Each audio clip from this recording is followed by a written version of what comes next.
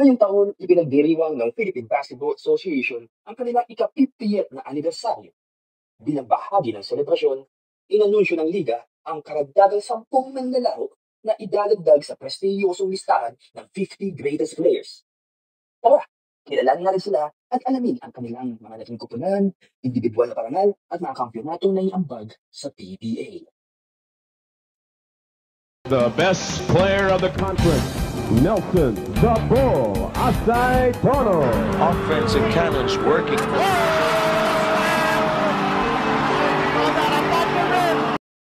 Sa kanyang 17 na taong karera sa PBA, naglaro siya para sa Pure Foods, Rift, Stankies, Pop Cola, San Miguel Beer at Red Bull. Nakamit niya ang 7 PBA championships at 2 beses na itinanghal na Best Player of the Conference. Bukod dito, siya ay 3 beses na napabilang sa Medical First Team at 4 na beses sa Medical Second Team. Inala si Asay Tono sa kanyang lakas at husay sa opensa, dahilan upang siyang maging PBA scoring champion noong 1997. Jeffrey Carriazo with a highlight play. Ito na, tumatake si Carriazo, hipotira! Carriazo, pero po, foul! At may foul pa kay Johnny Del Cartel. So, big play. Muntik na maging goal itong si Carriazo. Siya pa nakapag-save.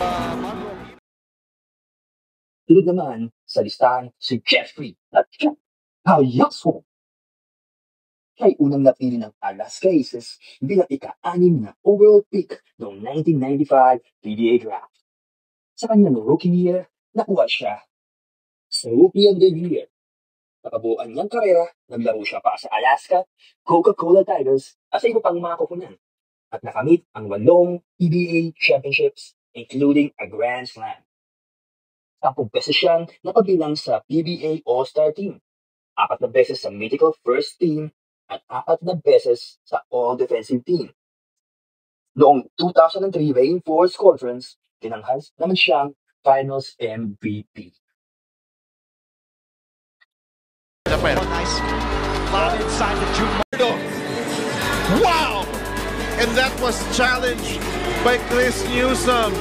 But Fajardo showing why. AJ to Junmar for the win! Oh! Wow! Si Junmar, the Kraken, Fajardo, naman ay naglaro para sa San Miguel Beermen.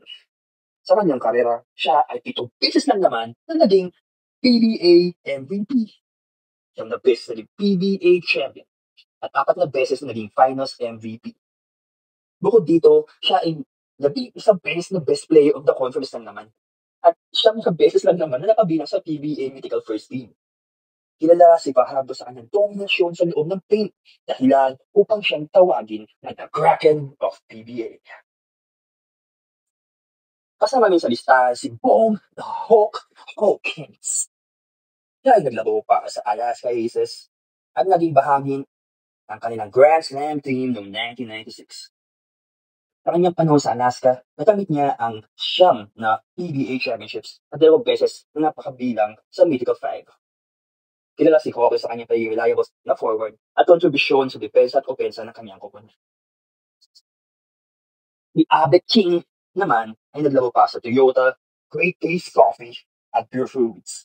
Sa kanyang 18-year na karera, nakamit niya ang 13 PBA championships at 3 beses na napabilang sa All-Defensive Team. Kilala siya sa kanyang defensive prowess at leadership sa loob ng court. Noong 1979, nakapagtala siya ng 60 points sa isang laro laban sa Crispa, isang patunay ng kanyang kakayahan sa opensa. Dynamite Danny Segal, kilala bilang Dynamite Danny, ay naglaro para sa San Miguel Beermen at TNT Katropa at iba pang mga kupunan. Siya ay tinanghal na Rookie of the Year noong 1999 at naging sa 6 na championship ng San Miguel. Kilala si Segal sa kanyang husay sa opensa at pagiging clutch na player sa mga crucial na moments ng laro.